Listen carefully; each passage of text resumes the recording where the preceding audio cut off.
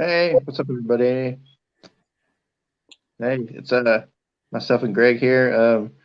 Rosie's taking a little bit of break, and we're just kind of dive right into what we're doing here. But if just take a minute and I have Greg introduce himself and kind of what he does. Hey, thanks, Jason.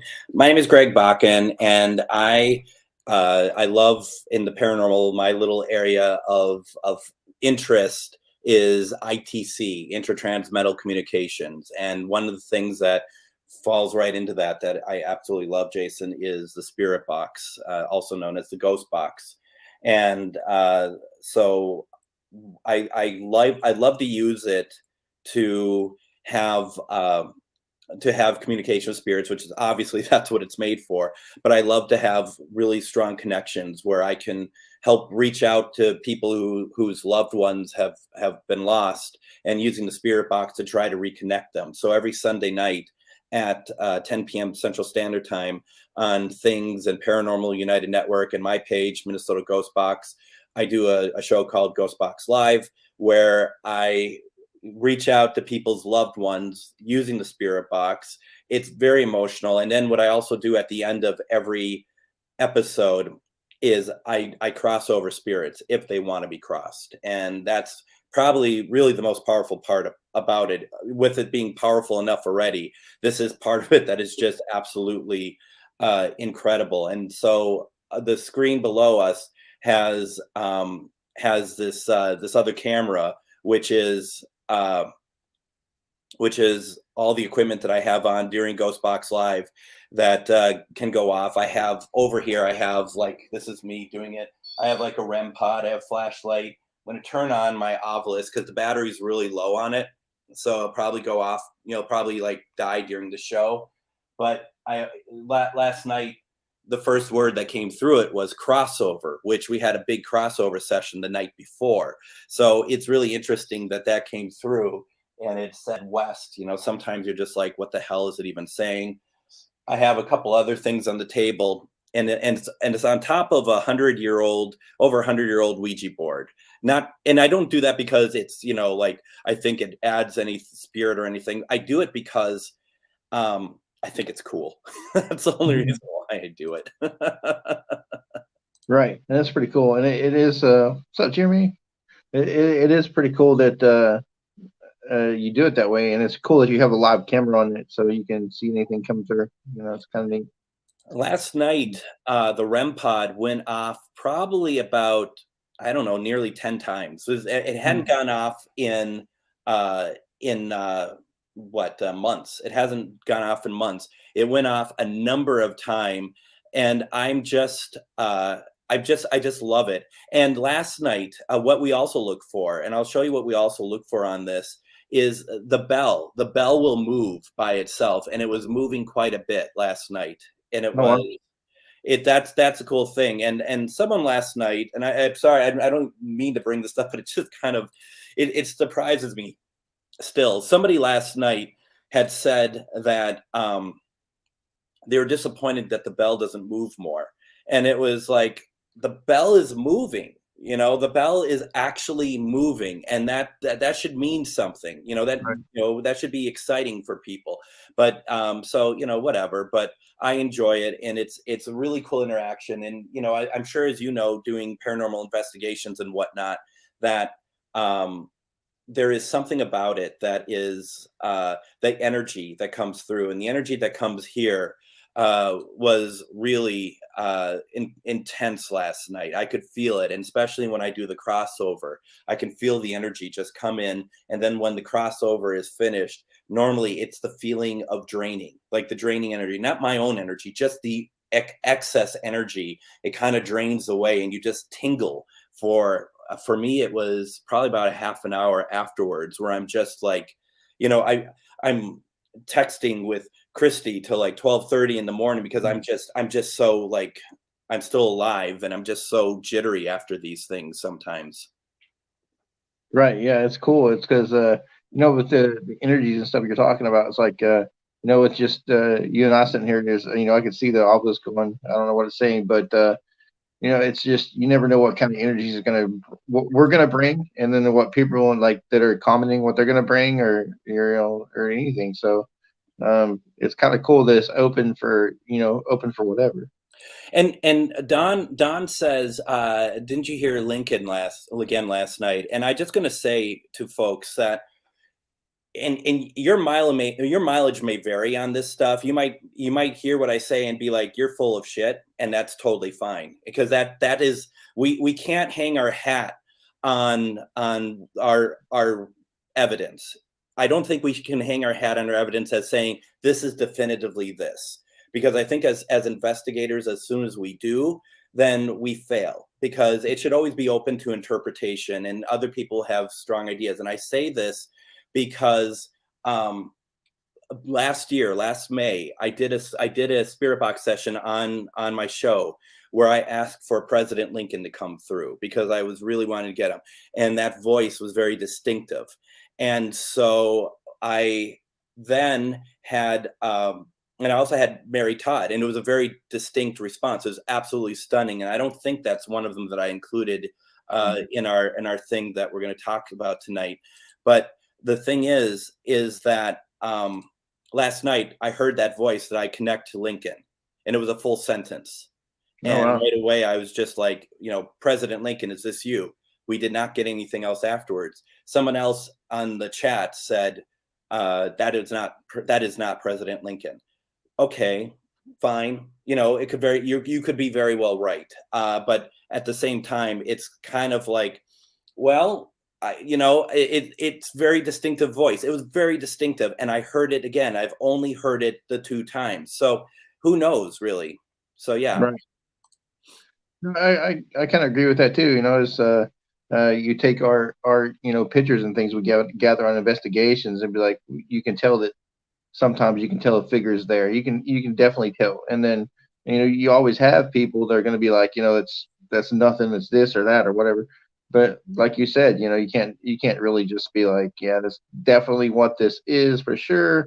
It's open for interpretation what you think. But we're just providing you what we gathered. But Absolutely. And Jeremy's comment, I remember that too, that I thought we're done. And then the REM pod started going off, and you just don't end when something starts happening. I yeah, can't end it like, well, I know this is going crazy. This table is going crazy, but time to go.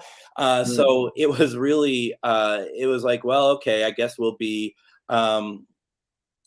just end up staying on for another half an hour and figuring it out, which is fine. It was totally fine. It was a lot of fun. And, the energy really ramps up when you get spirit responses, not necessarily the spirit energy, but my own, like, and I'm sure it's the same for you, Jason. It's like, suddenly it's like, gosh, I'm just so like, now I really want to keep going, because that just set me off in a good way. So, Yeah.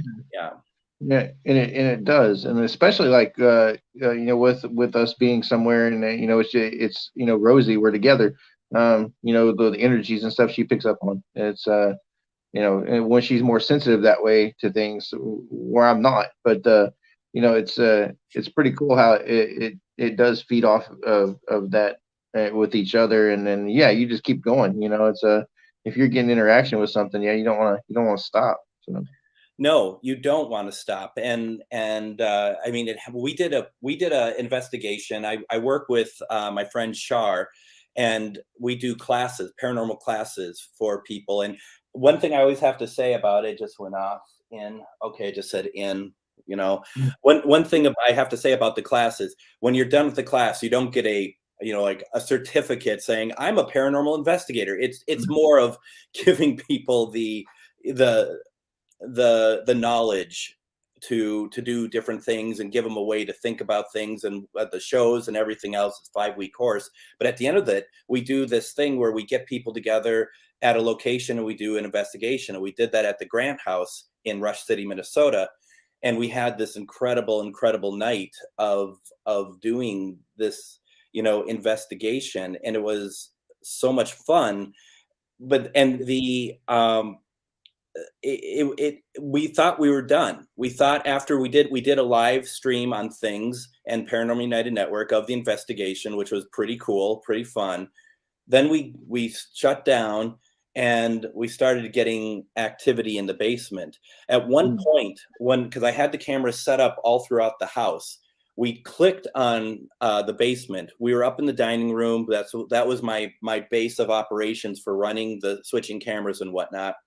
We were up in the dining room, and Shar was with me, and we click on to see the shot of the basement, and we had a night vision camera and everything. It was beautiful. And we heard someone when we clicked onto it. There's no one down there, but the mic is on, and we heard somebody say something down there. And we looked at each other, and we were like, "Okay." And Shar talks into the microphone where we are. She's like, "Hello." And between the two of us in the dining room, a male said, "Hello." No, wow. A disembodied voice came Yeah. through. And so we weren't done that night. We had a lot more to do, and we ended up getting a lot of activity down in the basement. And it was, it's just so much fun. It really is. It is really neat. Don't you ever, Jason? Don't you ever just kind of stop and think what we do is pretty amazing? Yeah, no, it is. When you got some of the, skeptical people who, and people who, you will say you're crazy or you're a kook or whatever. But like when I tell you, when you're getting that interaction with something, and then you absolutely know, it is really cool, and it does, it does give you a different type of feeling.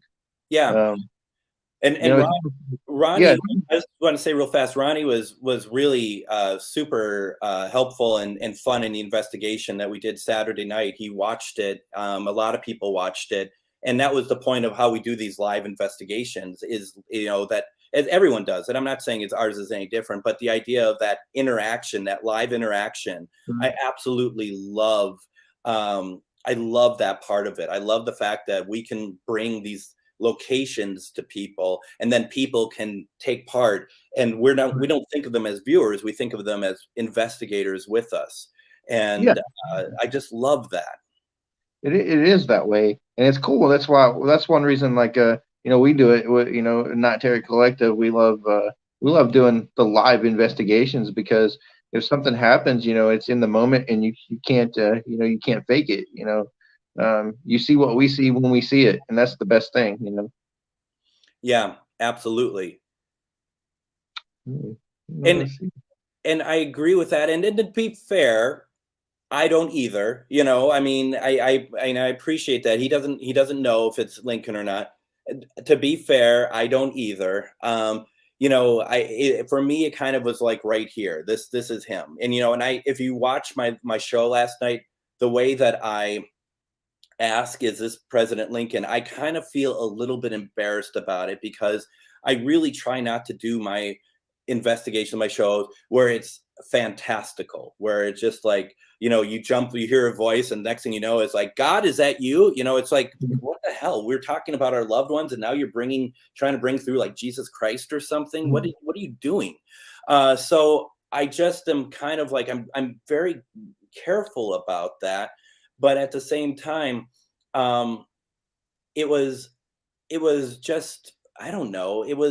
It just felt like I needed to ask it. And Jeremy's like, well, the first audio recordings made back in 1860. Lincoln passed what, in 1865. I don't think there was, though. I don't think there's ever been one. And just for, I think there's only like 31, 34. I think it's like 31 pictures of Lincoln that exist anyway. Yeah. So it's not, all the stuff. I mean, it's like we're getting to the point in the 1860s where this stuff's starting to become a little bit more accessible. Yeah, I'd be interesting to see when the first president was recorded in audio form. Yeah. That's an interesting question, because I don't. You would think that they would definitely have the technology at the White House if something were invented. But Guess what I'm looking up right now? And you know what's scary about it? It's the first thing that's up on on my search. It's like it heard us or something, but it's Benjamin Harrison. Um, let's see. Did I get that right? Yeah, Benjamin Harrison in 1889 was the first president to have his voice recorded. wow, So now we know, and knowing is half the battle. So, Yeah. you know, the more you know. Yeah, man, that's interesting. It's Yeah. yeah, it's something to know because I had no idea. Yeah. Mm. Now, I just keep hoping that the flashlight before earlier on, before we started the show, the flashlight went off. I was hoping it would go off again. It'd be great if the REM pod went off too, Yeah, for to sure. show you, Jason, that stuff actually works. You know. Yeah, and it's cool. It's cool to have all that that gear you have there because people different paranormal investigators do things different ways and they use that equipment in different ways. So it is interesting to watch everybody's lives or even if it's recorded YouTube whatever it is, but just to see how they do things with the same stuff. Hmm. And I know that a lot of pictures back in the time, I think it was like a glass negative, that a lot of that stuff was photographed onto. And there's a great documentary. Not to say that this is 100% true in terms of whether or not this is really Lincoln or not, but it's on Discovery Plus. It's called The Last Photo of Lincoln. And what it is, it's somebody in their collection found a photo which is on a glass, and I can't remember the type of glass, a sort of picture it was, but it's purported to be Lincoln on his in his deathbed, already died in the bed that they brought over to the house across the street from Ford's Theater. And it's hotly contested. I mean, the documentary makes good argument that it could be him. A lot of experts are saying no way. I actually had the woman who led the investigation as well as executive produced the show. She was on my radio show, and she's 100% in. She's like, "This is Lincoln. I know it's him."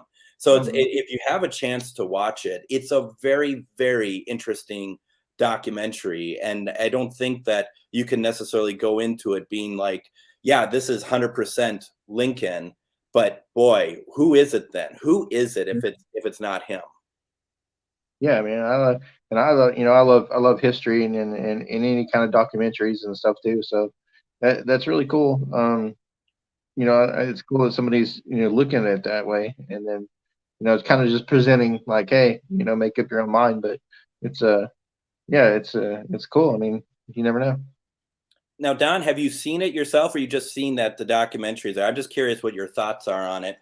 But I mean, that's the thing that I love, and it's tough because as I mentioned, I see my REM pod is fading. I said it didn't have a lot of energy to it. Um,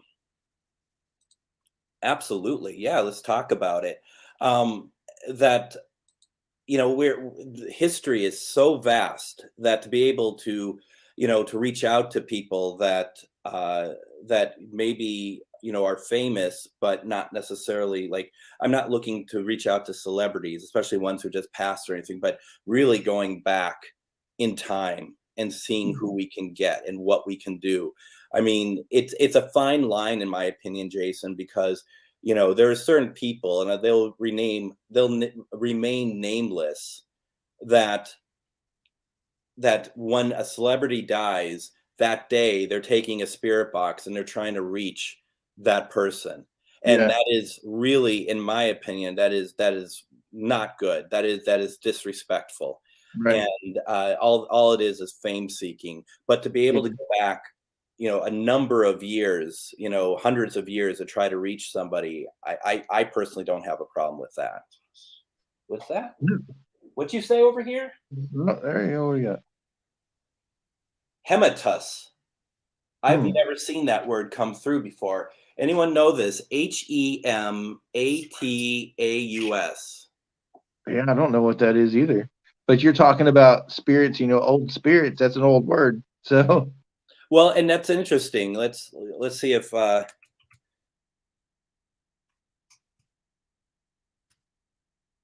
hmm. Let's see what is that? What does it mean? The name Hematus is one of Jewish origin. It means person who touches souls. Wow. Huh. Person who touches souls. Okay, that's very interesting. We Huh. we touch souls, Jason, and I'm not afraid to say that. I'm not afraid to own that. Nor should Yeah. you. that is very interesting. And then it killed the Ovilus. It's out. Oh wow, it's gonna go out like that. That's crazy. Yep. Yeah. Yep. Yeah, it's pretty cool. When I did an investigation at a place in Minnesota, we had an event there called the Mounds Theater, and it's a great venue. It's a theater from the 1920s, Mm. and we there in the box in the projection, not box, but the projection room.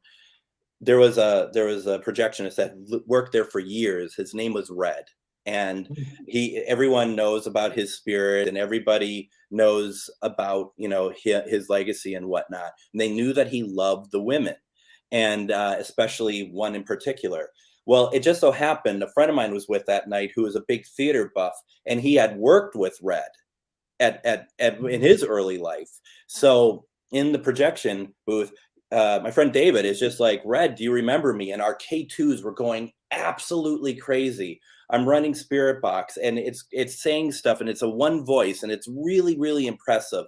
And I decided, because I brought a trigger object, it was a picture of Jane Mansfield. That was his favorite always, was Jane Mansfield. And so I thought, okay, Jane Mansfield, are you here? Can you talk to us, please? And we get a female that says, hello. Huh.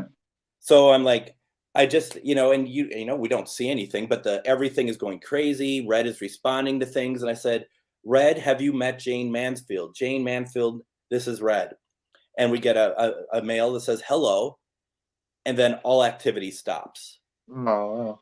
All activity stops. And I'd like to think that they went off somewhere to Yeah. some ghost hotel, and Yeah. maybe they call it a ghost tell. I don't know, but then maybe they were doing the business. They hooked up or something. Maybe they, who knows what happened. But it was really pretty cool that I think we may have got her as well.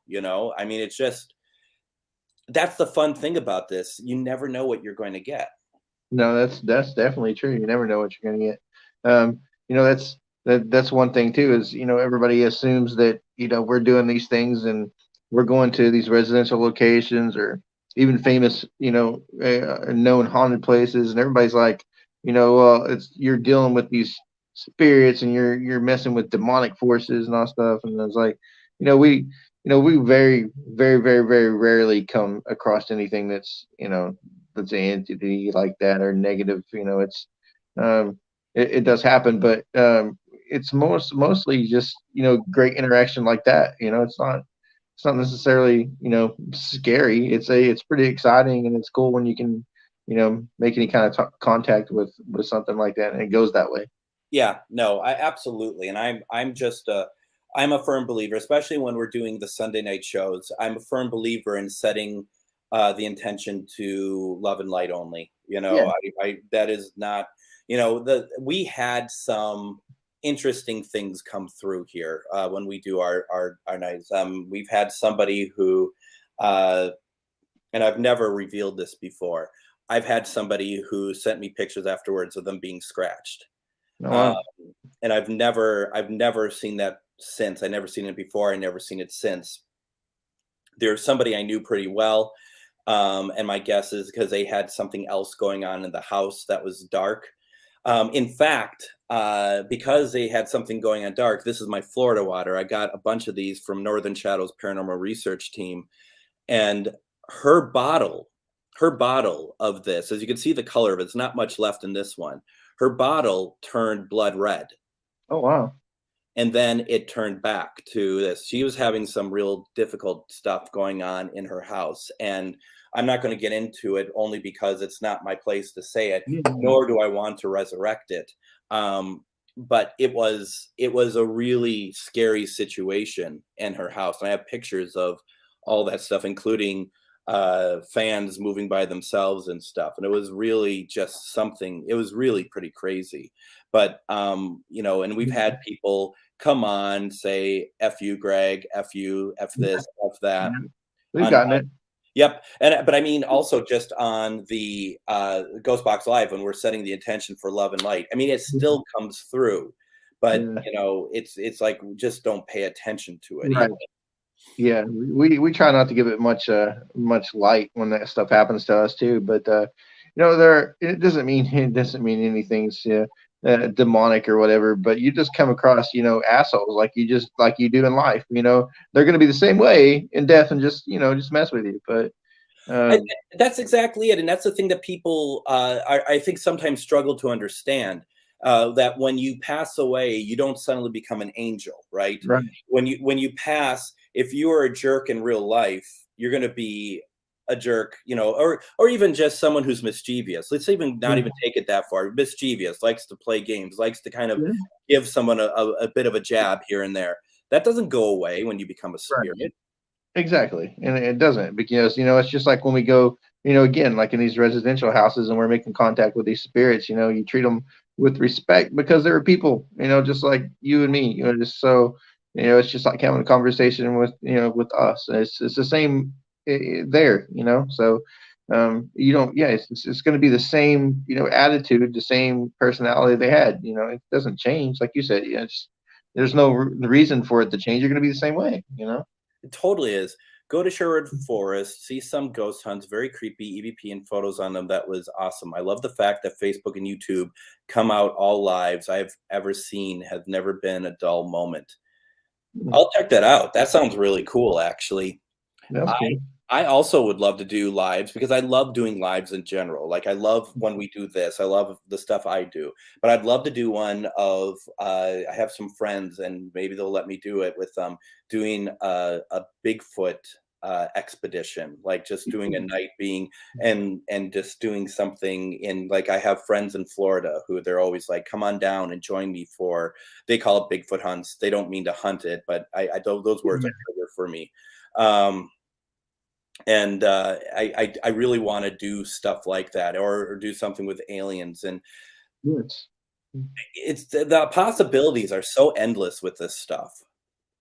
Right, and that's for sure. That's one thing that we really hang our hat on too, as far as our everything is kind of under the paranormal umbrella, which means Yeah, cryptids or aliens or whatever it is, and that doesn't restrict us to only doing one thing. We're only chasing spirits or and trying to communicate. Yeah, we open ourselves to all of it. So it's all there. It's all part of the same.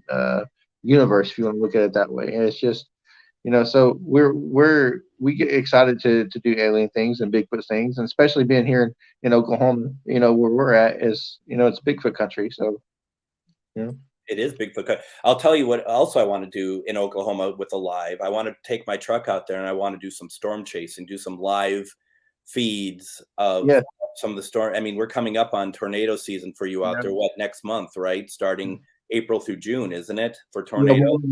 We already had a couple yesterday. So through Did you it have came touchdowns? Did you have some touchdowns yesterday?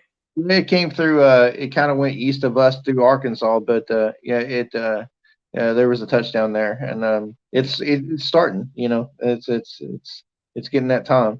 And then, of course, now they're saying we're gonna have snow on Friday, so I don't Well, know. of But course, that's the time of year.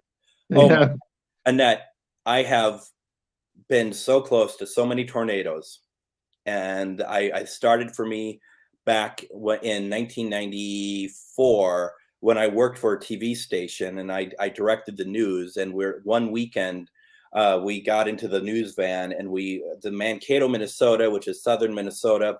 We drove about an hour further down to Austin, Minnesota, and we set up cameras. This is back in the day when everything's on tape, and we set up cameras and we waited and we got a tornado and we came back with it. And there's a thrill, there's a rush to it. You just got to know where the tornado's going. You got to always be behind the tornado. Don't be in front of it. Don't, and make sure especially now that we have technology so close to us, knowing where all the cells are, because if you don't, then you're kind of screwed. You could be screwed. yeah. I don't know if you can, no, you can't see my, but I have a deal here. And I'm a certified storm spotter, storm chaser, so it's pretty cool. Being Oklahoma, it's kind of part of your blood to me. It's like you gotta love it. I know it's a bad deal. People get hurt or killed, but at the same time, if you're doing it for you're trying to document these things, and the whole point of like the scientific community to do it has to develop, different warning systems to learn how tornadoes work, and that kind of thing. But if you follow some of the guys that do it nationally, like Reed Trimmer, or Read we have one, we have one locally. His name's Zachary Hall. He's out of Arkansas. He's a real big one. Yeah. But yeah, it's pretty cool, man. It's just like anything. It's like this. It's like the paranormal. Like anything weather related, it's kind of in my blood. So I love it. And I, up in Minnesota, I live I live outside the Twin Cities, so I'm in an area that I can get to farmland pretty quickly. I can get to open fields pretty quickly. So that's what I really love. And I have a couple cameras that I put into, set up in the truck. And last year I tried to do, like, through StreamYard, I tried to do like just a live, just feed, not with storms, but just see how it worked. And it worked not too bad. It needs to be better, but it's like, okay, I think I can do this. I'm not trying to be a Reed. I'm not trying to be like anyone else. I just want to do it. I just want to just bring it to people if they're interested in it. Yeah, it's something cool. It's something different, and it is something to get into for sure. If you love it. Yeah. Seeing a tornado is it's really cool. Obviously you want to be far away in a safe distance, but it's cool to see one. It's the scariest for me, though, was probably a couple of years ago. We were driving through Pratt, Kansas, and it was nighttime, and there was storms in front of us. And I noticed that there was the lightning, and for a split second, I saw a silhouette of a tornado. Yeah, Oh, wow. And that's just not fair. That's scary stuff. And we stopped, and I pulled out the phone, and I looked to see, and it was like, sure enough, that's tornadic cell right there. It had all the characteristics. There was tornado warnings in that area. We stopped, we talked to people. Luckily, if I'm here, the storm was moving this way, so it was moving away from us, but it was still really just like, we got to stop. This is just not cool. I don't like this. I don't like blind storm chasing.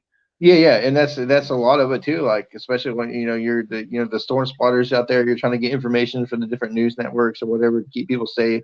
And yeah, they have a lot of instruments and technology, which is great. But you got to confirm that tornado's on the ground, and a lot of times at nighttime, especially, you can't see it unless you get a good lightning flash and you can see it on the ground, which is dangerous because at the same time you really don't know how close you are to it.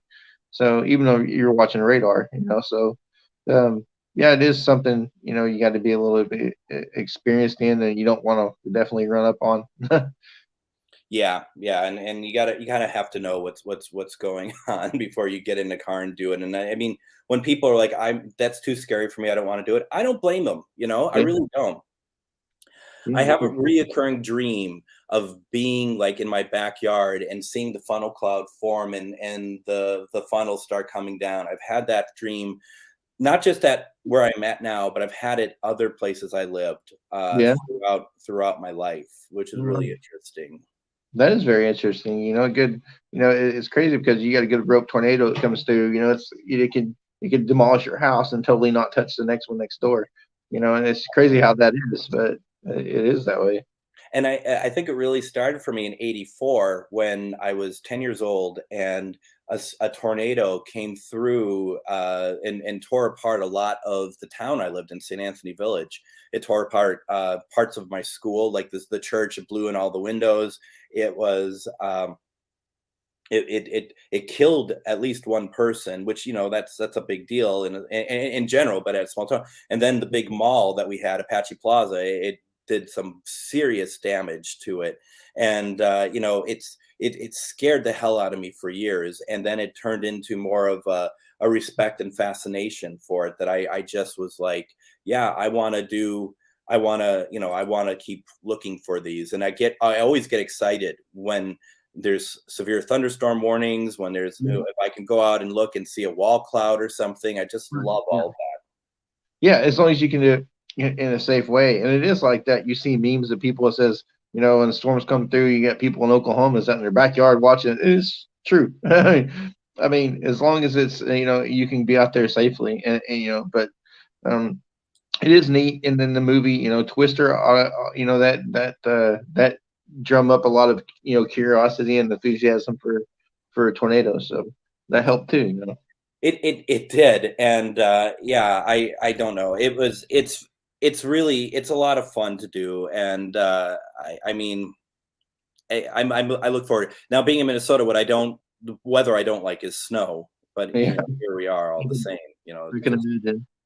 But it's just like, that with that, it's like the paranormal is the same kind of way, is because, like you said, the tornado and all that stuff, it scared the hell out of you. But you look at it, you turn that into like wanting to know more about, like, how did it cause that, what's going on, and there's got this big massive thing that comes to the ground, just tears things up.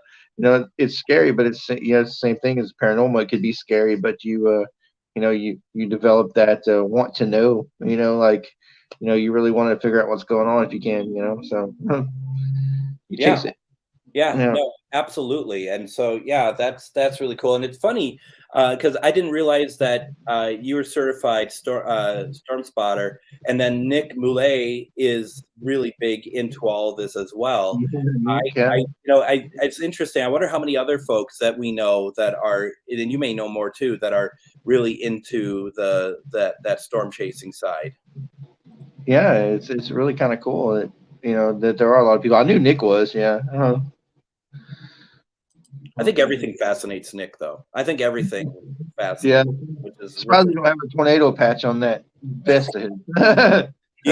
He just might, for all we know. I bet, or if he doesn't, we should find one and send it to Right. him, put it on there. Yeah.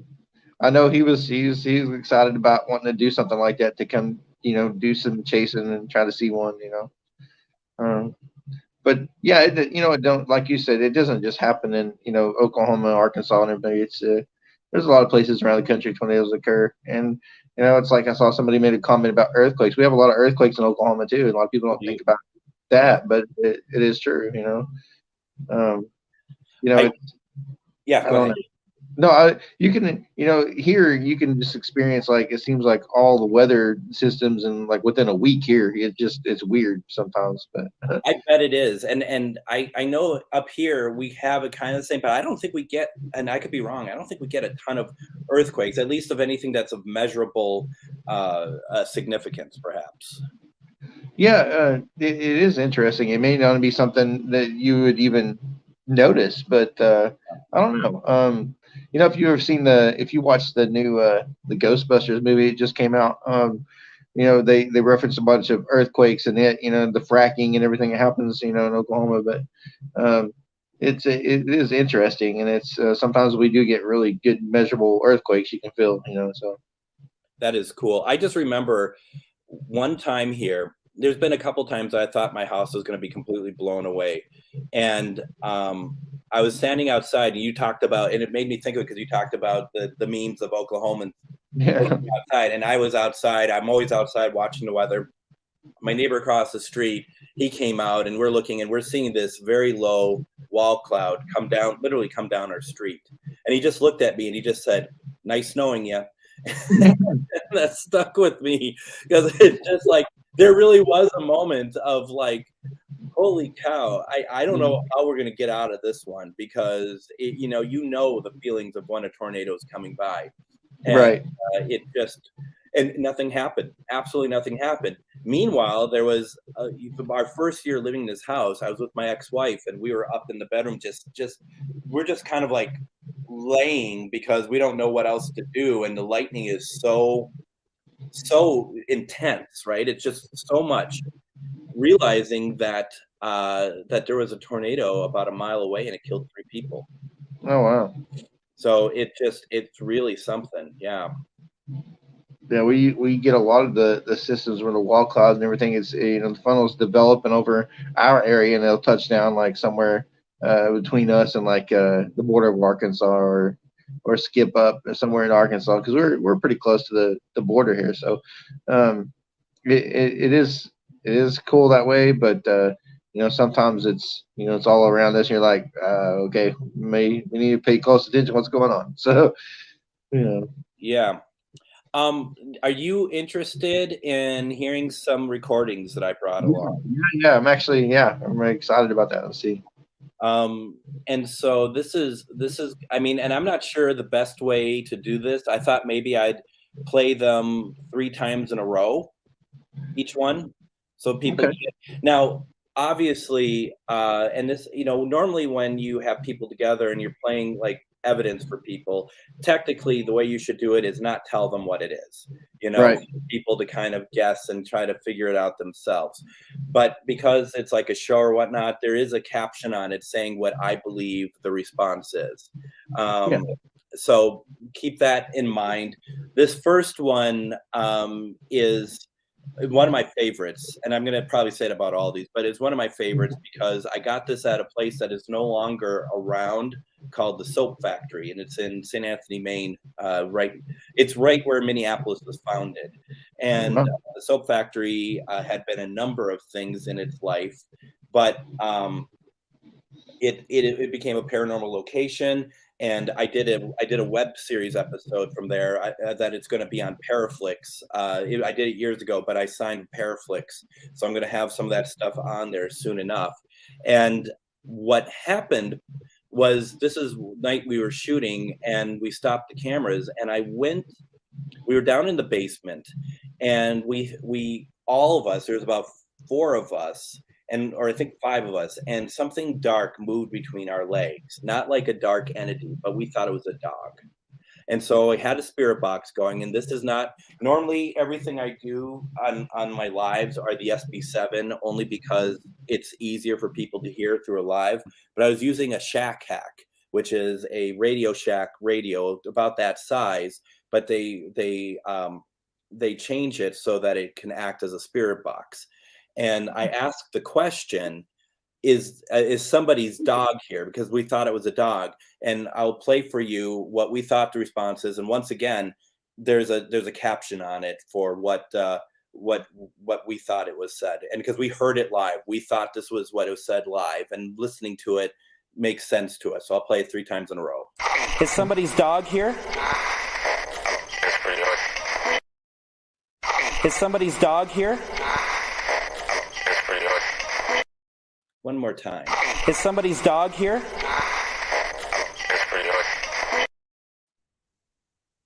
Okay. Yeah. I'm definitely hearing exactly what you have taught there. So. I mean, that's what I think. Now, this is one of those situations where, not everyone hears the same thing. I've played this before, and someone said to me, "No, I don't think that's what's being said." And I'm like, "What do you think it is?" And they said, "I think it said that's my frog." And I'm like, "Well, okay. Mm. Sure." I mean, but that's how it goes, right? Yeah. The next one here is from, have you ever heard of the Morris Jamel Mansion in New York City? It's over by Yeah. the Bronx. Yeah. And Yeah. so Ghost Adventures were there, as well as the Holzer Files were there. And I actually played some of these. One of these I played for Dave Schrader because he was on my radio show. And I just was like, okay, this is what I got from Morris Jamel.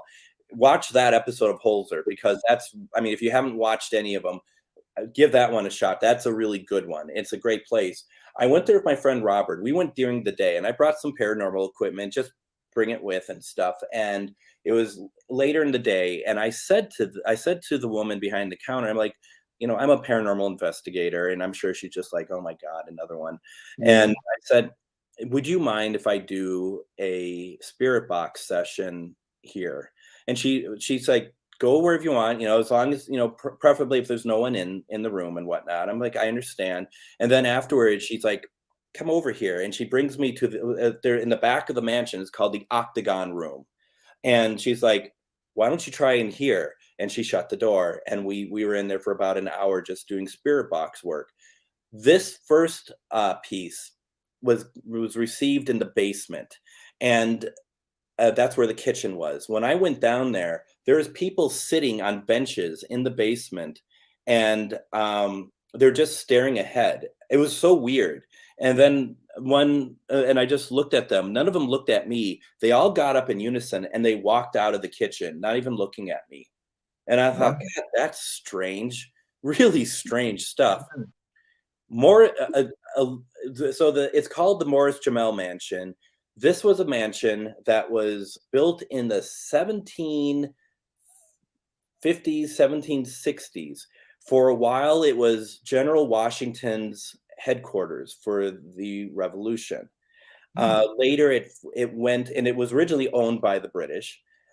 It eventually fell into the ownership of a woman by the name of Eliza Jamel, and she was at one time the richest woman in America for Oh, wow. as big as America was.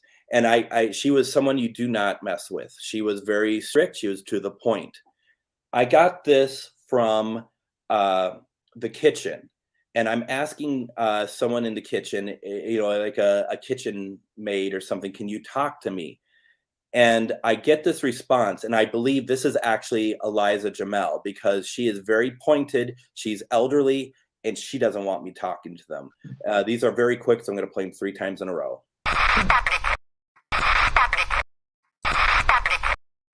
Oh, wow. Yeah. And I do believe that this is her because I'm like, can someone talk to me, please? Can I hear someone? And she's just like, get the hell out of here. Yeah. So I think I love that. I think this is where I feel like that we got a bit of history here. We got her, and she's really something else. Now the next one I got this is from Strawberry Point, Iowa, and I went down to Strawberry Point with my friend Freddie, who was actually he actually showed up on my show yesterday. His stepdad passed, so we actually brought him through the spirit box last night. A guy by the name of Rock and Roll is what they call him. Oh, And, but we went down to Strawberry Point to go fishing. He was going to show me how to do fly fishing.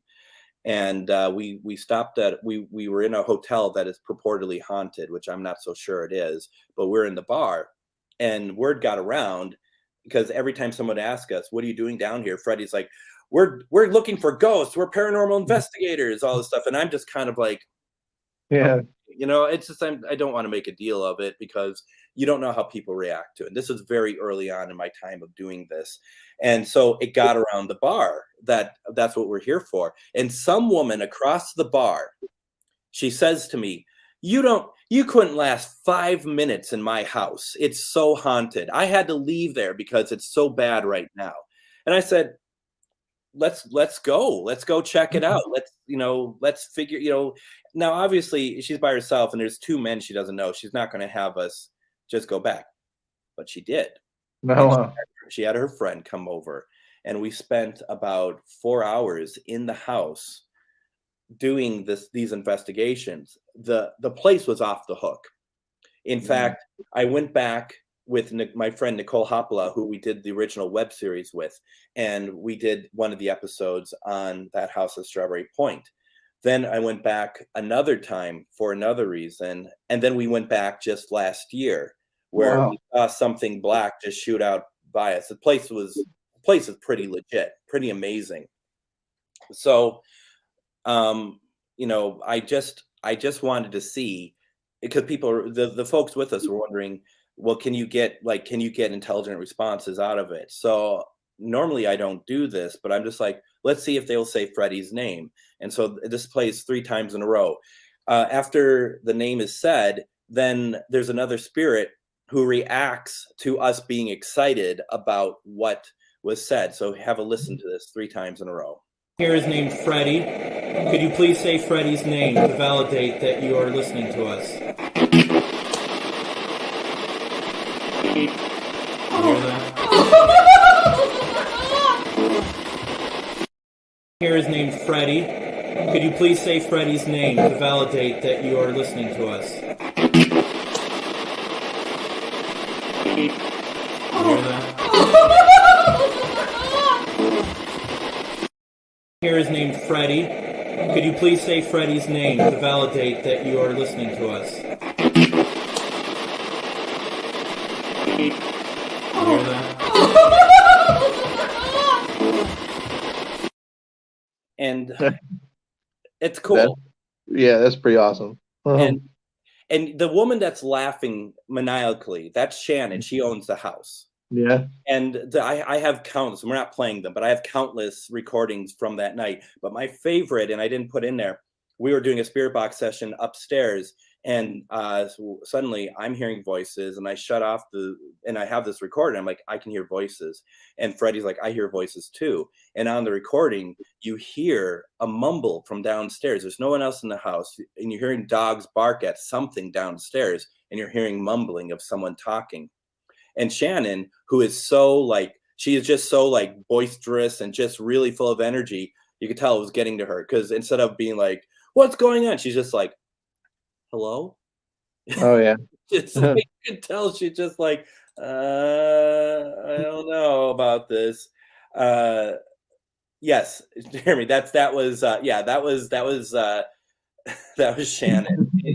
She's very, she's very boisterous. She's very excitable, and she was the one that's like, you can't spend 5 minutes in my house, so but she's a great person.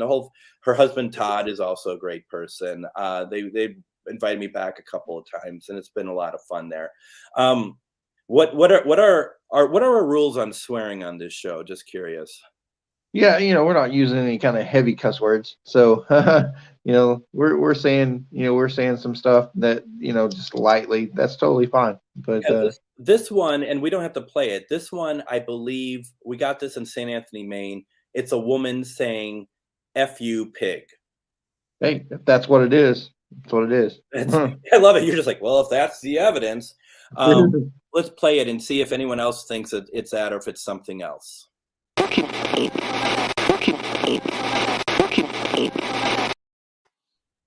Wow, that's it really does sound like that's been said. Yeah, I think so. And I don't know if it was about us or if it was about but you get so many weird things through the spirit box. One of the things I got was a cricket coming through the spirit box. Awesome. What is that? I mean, and as you know, spirit box, it's going through all the radio frequencies. The scan is going pretty quick. How do you get that? It's pretty incredible. It is. But going back to your friend for a second there at that house, she's laughing on that recording. It's first off, you don't tell a paranormal investigator you won't last 5 minutes somewhere, because we're gonna test it. Yeah. Second, is what is, I can totally understand her being that way, because you're being able to pick up something that she's already experienced. You just want validation that it's like, hey man, I've told y'all, and then you're getting that back. I mean, that kind of stuff. That's really cool when you can do that for them, and they're like, that's so awesome. It is, and so that house that we went to has been in her family since the early 1900s. Wow. So there is a long line of family members there, and we were picking up her grandma. We were picking up an aunt. We were picking up all sorts of people through the box, and she was just like, "Holy cow!" And we were loving it. It was a lot of fun that night. Yeah, that's really cool. It's cool that you could do that. Give somebody that validation that they're not crazy in a way.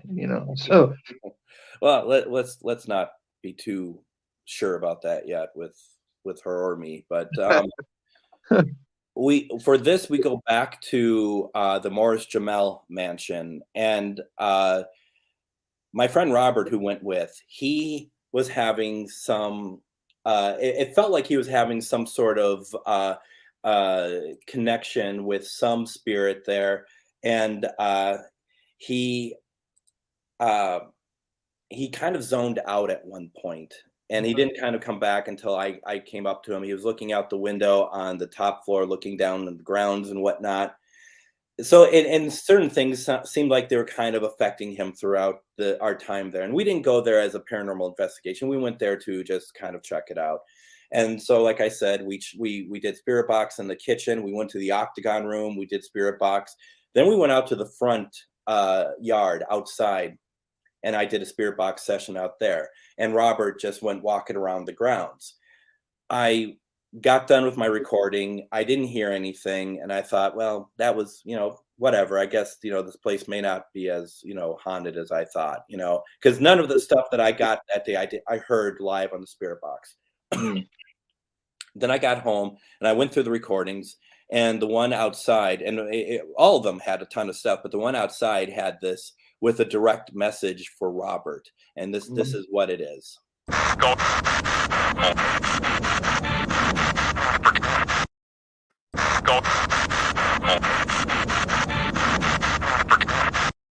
One more.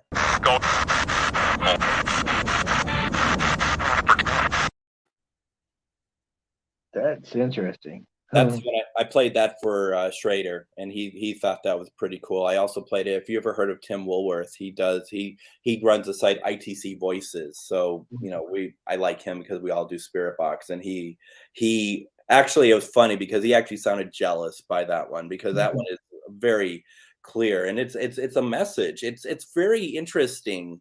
That one is a whole sentence. Yeah, it is.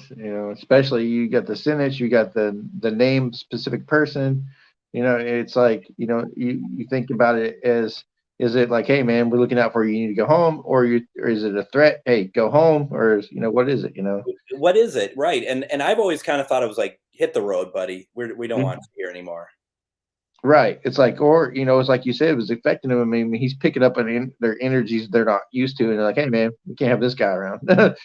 Yeah. I mean, nobody wanted me to leave, and that's a rarity. So, normally people living and dead are just like, get out. And Yeah. so that was a nice change, actually. I have two more. You good for two more? Oh, yeah, we're good. All right. So we moved to a place called the Veliska Axe Murder House. Oh yeah. And this is where I've gotten a lot of stuff. A lot of dark things happen there. So both these recordings, you're going to hear me asking for a name, and I just wanted to know who we're talking to. This first one doesn't give us a name. It is a sentence that we did not expect, and it's interesting because they get the number wrong or they get the number right. One of the two. You'll see what I mean when I play it. I'll play it 3 times, maybe just 2 times.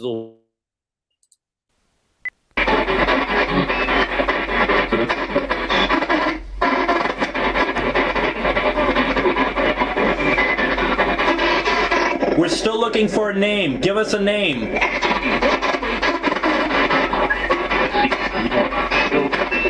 Six people killed. That's what this just said. What? 6 people killed? Killed. One more.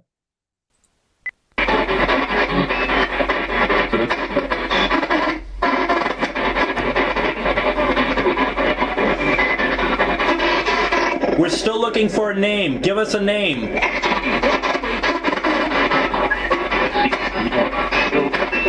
Six people killed. That's what this just said. What? 6 people killed? Killed. Wow, that's crazy. And what you don't hear on there, because it's you have to kind of listen with headphones. It starts repeating it. It doesn't say it just once in there. It says it while I'm saying, when I'm talking, and I'm talking with Vicky, and I'm saying 6 people killed. And what you probably don't also pick up, and I always hear it every time I play it, is I'm getting sick to my stomach when I'm saying it. Like when I heard it, it made me immediately sick to my stomach because I did not expect it, and it's gruesome. Now, the thing about that, though, is that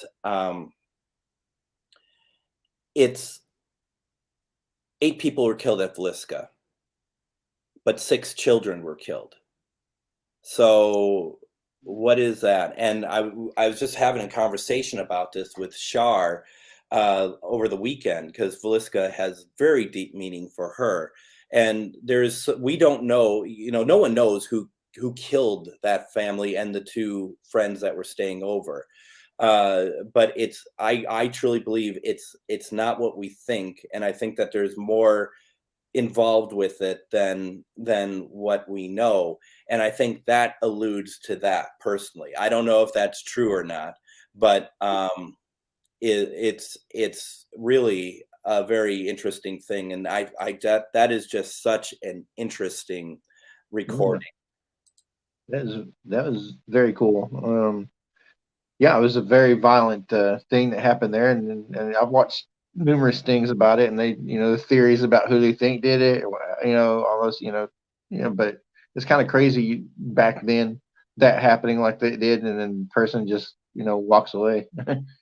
And what Jeremy's saying, I have that happen quite a bit, where people like, I don't hear what you're hearing, and that's fair. I do, that one in particular is one that kind of, it's almost robotic sounding, it's almost part of the static in a way that I've not heard a lot of responses before. And so it's a really interesting thing. And you know, I think everyone hears something differently. One of my first investigations I did, I got a EVP of when I was saying something to the guy I had on camera. His name is Jeff, and he answers the question with "yeah," and I hear this uh, little girl or this little woman say "yeah" as an EVP, like her voice. I play it for some people, and they're like, "Yep, very clear." I play for other people, and like, I don't hear anything. And so Oh, I almost feel like that it's like cilantro. Some people love it, some people don't. It's just how it is. yeah, it is. It is that way. It's kind of crazy. Yeah, people pick up on different things, and like you said, people don't hear nothing, and it's like it was only. I don't know. It's like it's sometimes meant for only certain people to hear things like that. I don't know, but Right. Right. And if for anyone's interested, on my website, mn-ghostbox.org, you can, and I'll just put that in the comments real fast. I have a whole section of some of my spirit box responses that I really like. A lot of them are not on there. I haven't updated in a while, but if you want to hear some of this stuff, it's there. And yes, Jeremy, I certainly am aware of that, about your hearing. But I mean, it's still a fair thing to say, because a lot of people don't hear it, and there's nothing wrong with that either. For those who will say that, oh, I have really good hearing, I don't hear it. It's like, once again, removing the ego from myself as an investigator, not to, completely hang my hat on things. And yes, listening through headphones is going to be different. Listening through your mobile device, or it's that's very true as well. So I have one more, and I'll just let me go through some. Um, just doing some people hear voices differently, or to not at all. Yep, yeah, that's interesting. Sounds like a child saying it. That's interesting. It makes me want to listen to it again. Um, and my private sessions, because I do private spirit box sessions for those interested. And currently, how it works is that I will do it as through like this, not live on the internet, but we'll do a video thing. We'll listen as we do during like GhostBox Live. But then what I will do is I'll go through a different recording. I'll have a separate audio recording, separate from the recording on this audio. I will then go through that audio recording and pick out responses and send everything, including the video, the unaltered audio, meaning the unedited, as well as the stuff just taken out were the responses. That's how I do that.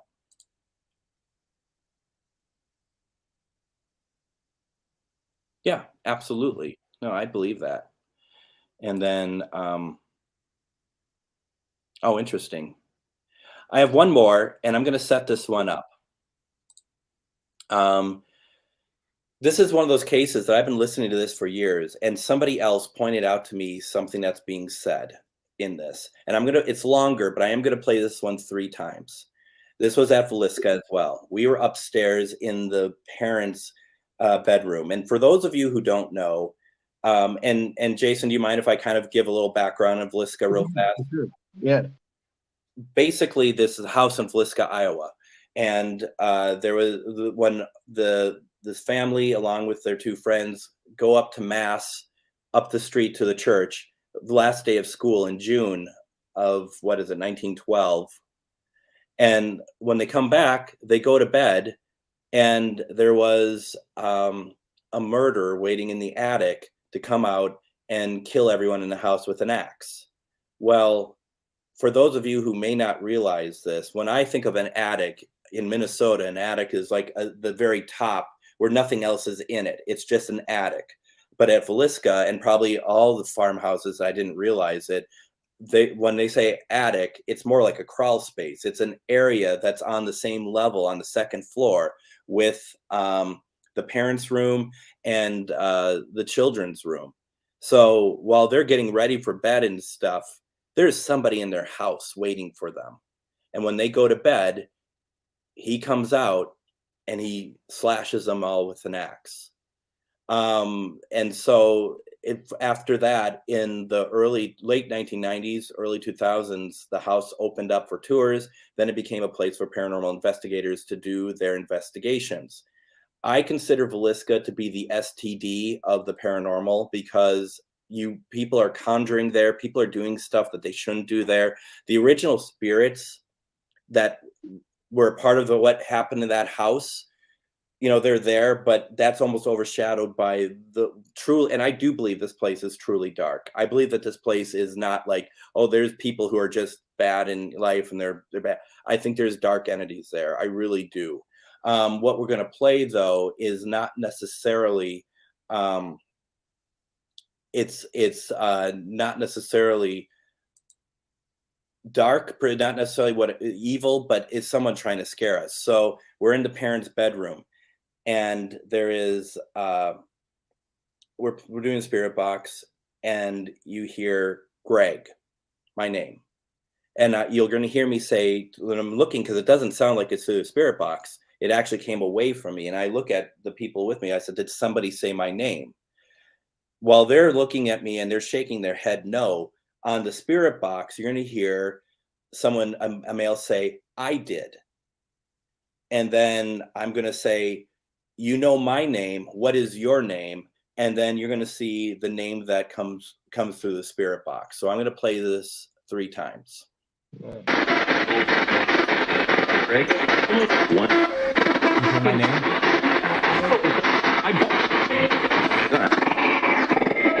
You said my name. What is your name? Again? Greg? One. My name?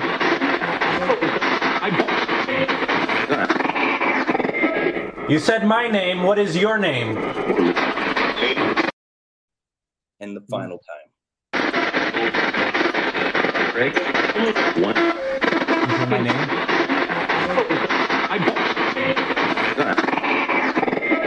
You said my name. What is your name? No. Yeah, that's interesting. It's the same voice too. It's the same voice. And what you don't hear on the recording is after we hear Satan and we heard it live, I'm just like, "You are not Satan. You're not, you're just trying to scare us." And I do believe that. But what then happened was Vicky, who ran the investigation, she's like, suddenly she starts screaming, and she's like, "Someone is poking something in my eye." And then I feel like someone had their hand and they start pushing in on my heart, like they're holding it and they're doing this. Now I can't say that that's just not my anxiety of the moment. Starting I'm reacting. I'm starting to panic. That might just be what it is.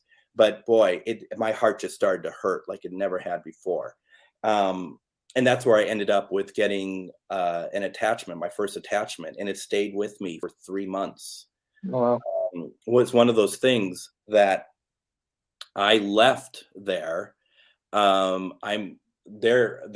driving back from Villisca to Minneapolis. We all carpooled, and we're driving back. I can't fall asleep. Every time I fall asleep, something's jolting me awake. Something's jolting me awake every single time.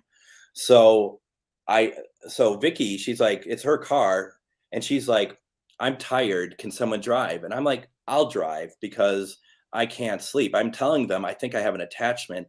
Unfortunately, their reaction is like, "Well, good luck with that." Literally was the reaction, where this was early on in my paranormal career. And I'm just like, holy shit, they don't know what to do. What am I supposed to do about it? So going back to before we left on this trip, I was telling people at work, "I'm going to this place. This is what it is." They've heard of it. One of the guys said to me, he's like, "Wouldn't it be funny, like if you're driving back from there or something and like a tire blew out or something?" And I'm like, "Yeah, it'd be hilarious." Cut to now me driving back, and I'm driving on 94. 2 tires blow out. Oh wow. and I wake everyone else because I'm trying to stay on the road and stuff. And so we stuck there for a while, which is what it is, getting that fixed and whatever. I get back to my car, and I open up my car, and the inside of my car is overwhelmingly sweet smelling. Like it's just an overpowering sweet smell that I've never smelled in my car. It lasted for over a day. And so I'm driving back to St. Michael, which is about a 45-minute drive from where I was. We haven't eaten. We never stopped to eat for some stupid reason. We didn't sleep. We didn't eat. So I'm driving back, and I was like, okay, I just need to go to McDonald's. I want to get something. I'm starving. I come back here, and I'm about ready to take my first bite, and I have the lights on. And just as I was about to do it, all the lights dim and come back up. Oh, wow. And I'm just like, I immediately lost my appetite. I threw it all away. I was like, no, none. I spent 3 months with like having the TV on when I slept at night. I just literally everywhere I'd look, there'd be like something here, like in my peripheral, everywhere.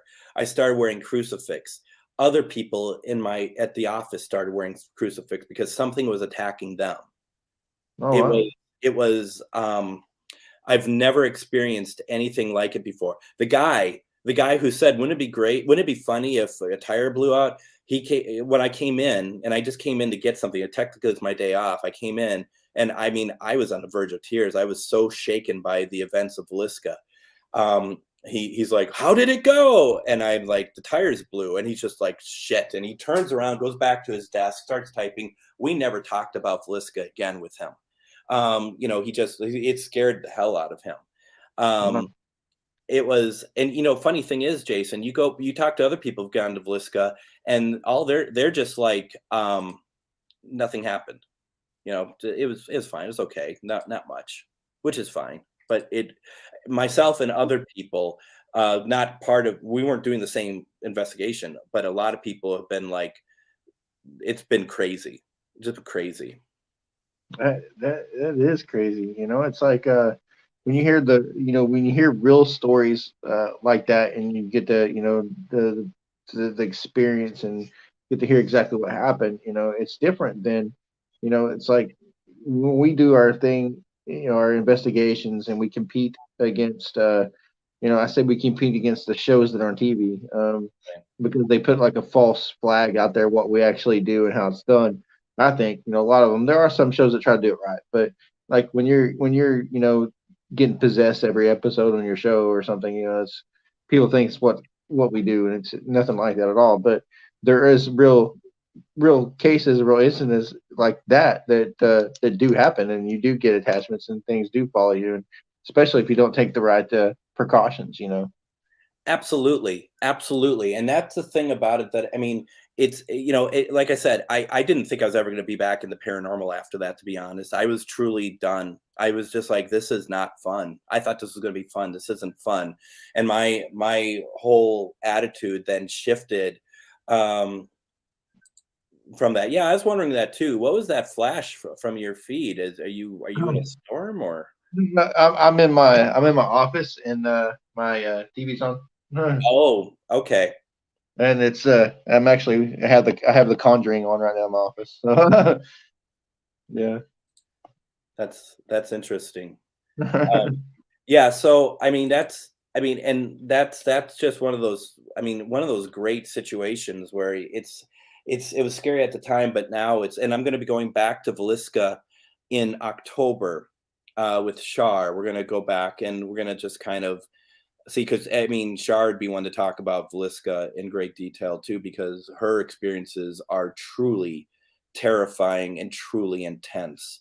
But also at the same time, when we were there, we had Vicky, who ran the thing. She brought a haunted doll, which I don't know how people think about that. It's not one of my favorite things, to be honest, especially when she calls this the evil doll. It's like, what the hell's wrong with you? I don't want the evil doll here. And this was literally before the investigation, the week before. She handed me this doll, and it I'm looking at, and she says, "That's the evil one." And I shit you not, that when I said it was with those blinky eyes, one of the eyes, when she said it's the evil one, did this to me. It winked at me. I swear. But we brought it, and we believe the name of this entity was Cassandra that we brought. But I had two K2s on either side. When I have this on video, two K2s on either side, and at midnight, they start going crazy, and that's when the activity really started for us. And there's, as you know, Vliska, there's no electricity in the house. There's no electricity at all in there. They start going crazy, going to red, each one of them. We would ask them to do certain things with the K2. They would do it, including we're both going and be like, can you only have the one on the right go? And the one on the left would stop working. Wow. Just insane. But then we knew something was really wrong, because the Ovilus started saying stuff like, they're coming, so much anger. And it was pretty crazy. It was really something else. And then when we went up to the second floor to do the do that investigation upstairs, it was so intense. The energy was so intense and so heavy and so bad that I've never experienced anything like that. It's just so depressing and so just so oppressing. No. I don't know if that was Rosie that just commented, but somebody from the Spectral Sailor, I think it was. But she has a collection of haunted dolls. I don't do dolls at all. I don't want anything to do with dolls. I don't want to be around them. Yeah. I think dolls are just they're creepy. I don't want anything to do with a doll. But she has a whole collection of haunted dolls. I just think that's crazy to me. I don't want keep away. That's I don't. Yeah, I don't think I would definitely take a doll to a place like that. One especially called the evil doll. I mean, it was that communication was that was scary stuff. It was really, and there was a point that we retreated from upstairs. It wasn't like, oh, we're done up here, time to go downstairs. We retreated back downstairs with our tails between our legs, honestly. And while we're down there, you could hear people walking upstairs the whole time, just back and forth. And we're just like, what the F is going on here? And then Vicky, she's just like, well, we should just have the person who has had the most activity up there go back up there by themselves. And they all looked at me. And I'm just like, you people are crazy. There's no reason to have to do that. I said, let's be smart about it. And then Vicky's like, well, I suppose maybe I should be the one that goes. Like, no one has to do this. Let's go up there at least as a couple people or something. So Vicky and I went up there, went back in the attic. This is the first time I've ever seen black on black, meaning like you're in a black room, but you still see black, and it's folding in on itself. It's moving, it's folding in on itself. And here I am. I didn't go there to investigate. I went there to document and just kind of be a part of it. It's a different team. Hi, Beth.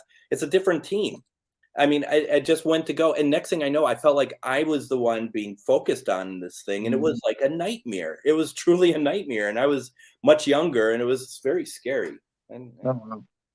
Yeah, that is pretty intense. When we do investigations at places that have a lot of activity like that, Rosie kind of gets attacked more like in a spiritual way and that kind of thing. But I get all the physical stuff. I get stuff thrown at me and all kinds of things like pulled on and all kind of stuff like that.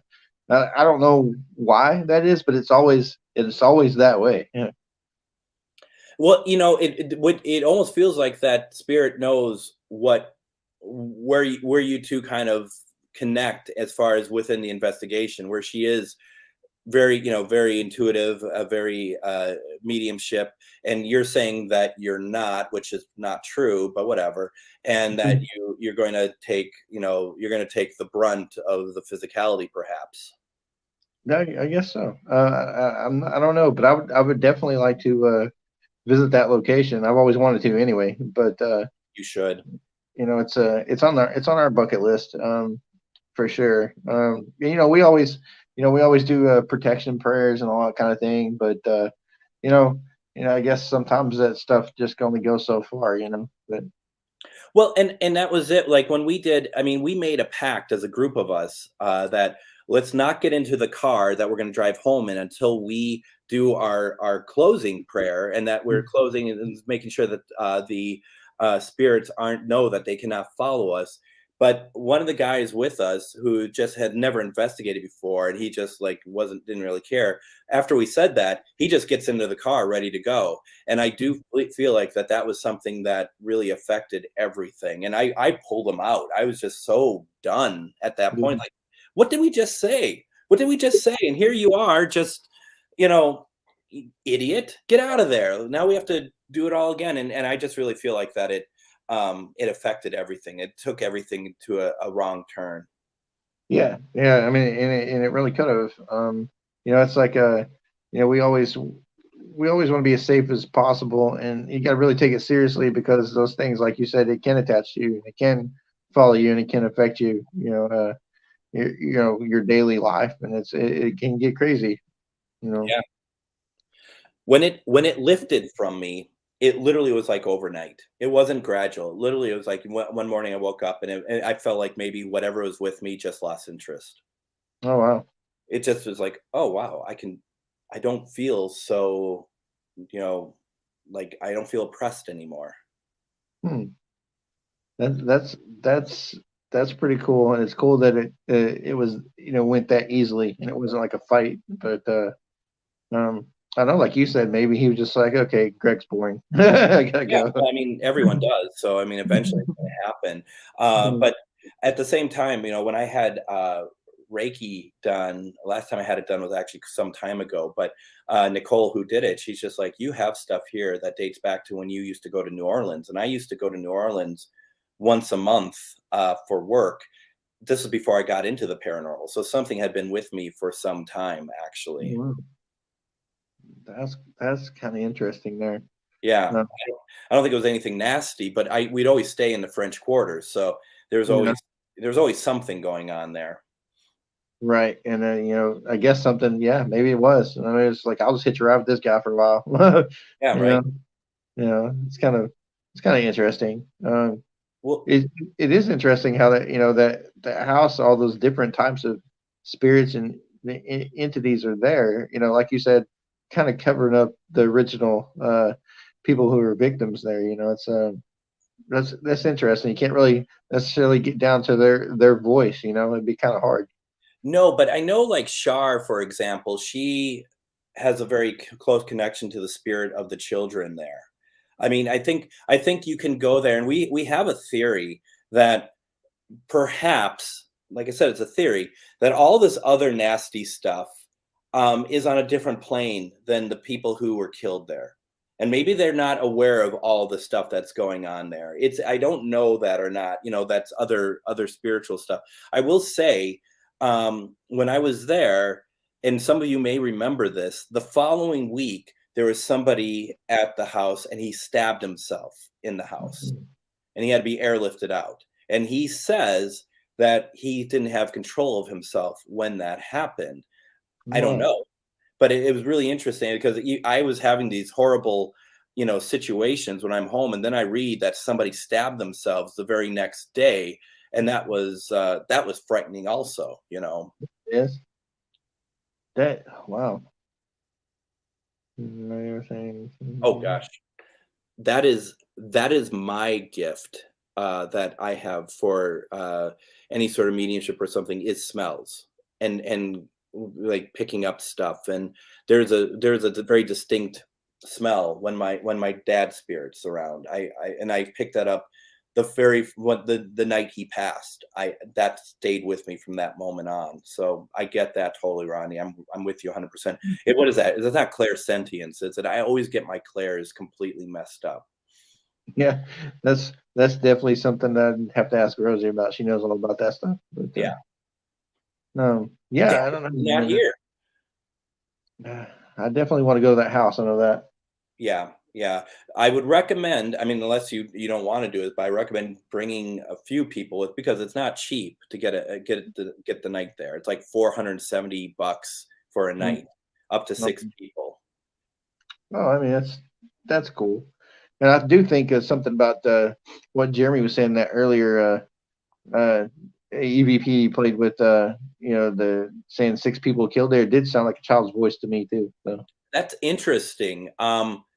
I never thought of it that way, and I think that's why I love doing this, because it's like what you're doing is you are having me think differently about the stuff that I've known for years, and I'm seeing things differently, and I love that. I absolutely love that. okay, that's cool. And she's Yeah. mad when it smells. That's interesting. Like it changes. The smell changes if the spirit's unhappy, but it's still that base smell. That's really interesting. Mhm. Hmm. But you don't say that you have anything like spiritual happen to you, Jason? Yeah, I don't believe so. I don't really pick up on it. I think I'm more aware of my surroundings and things, as far as like picking up on things that hear see and hear movement and things like that. But that's not anything spiritual or any kind of mediumship or anything like that. But Right. I think it's just being I'm more experienced and seasoned than what I do, and be able to you know pick up on those things that are happening around us. Hmm. Yeah. So that was clairolfactance, Mm. which honestly I've never heard of before in my life. So it really goes to show how ignorant I am in many things. Um, Thank you for that. But it's certainly something that I I really love that. I love having that and having those smells come through and stuff. Yeah, I don't know. It's kind of cool to be visited that way, I guess, from That's uh, your your mother or whoever may pass, like my mom or anything. But at the same time, I'm kind of like, don't you have something better to do besides come and hang out with me right now? Yeah, but Yeah, I get it. I mean, it's interesting because I'm speaking for myself. It's like you just never have. I mean, you live your whole life with your parents, and I know parents' relationships change from person to person. But I had them a big part of my life, and they stayed in my life, and then suddenly they're gone. Both of them are now yeah, gone, and just like it's very comforting when my dad feels like he comes through a lot more than my mom, and I have a feeling she's there, but she doesn't make her presence known like he does. no, yeah, So sorry. I, yeah. I just here's Annette ruining the you didn't just watch me have sex together, Mom. Wow. There you go. That's where we're at in the conversation. That's where it went. And I don't know. But it is it is 9:30. That's usually when we end our show. So Yep. Yep. So why don't so I mean, thank you very much for having me on, Jason. It was a lot of fun. yeah, it's been cool. I think we've had a lot of interesting conversation, and you presented some interesting EVPs and knowledge and stuff. So it's I'm sure everybody liked it. Yeah, well, cool. And yeah, if anyone is interested and they haven't checked out my show on Sunday nights with Spirit Box, please GhostBox Live on Things and Paranormal United Network Sunday nights at 10 p.m. Central Standard Time, and take part in a live Spirit Box session. Yeah, for sure, man. Like, make sure everybody goes check them out. Make sure you check out our show next week. Same time, 8 p.m. Central Standard Time. Same thing. Paranormal United Network, Things Network. We're there too, and then we'll have a whole new guest for you. I don't know if Rosie's gonna be back then, but if not, it's cool because we got it. So. Yeah, and I want to thank you for coming on too, man. It's cool that you want to come on and share your share your thoughts and expertise on things, and then it's really cool that you have what you got going on with the equipment cam. I think that's really neat. I don't see anybody else ever doing that. So, Cool. I think it's really cool, and you never know what's going to happen. So, Yep. Well, thank you very much. yeah, thank everybody for watching, and we'll catch you guys next time. Okay.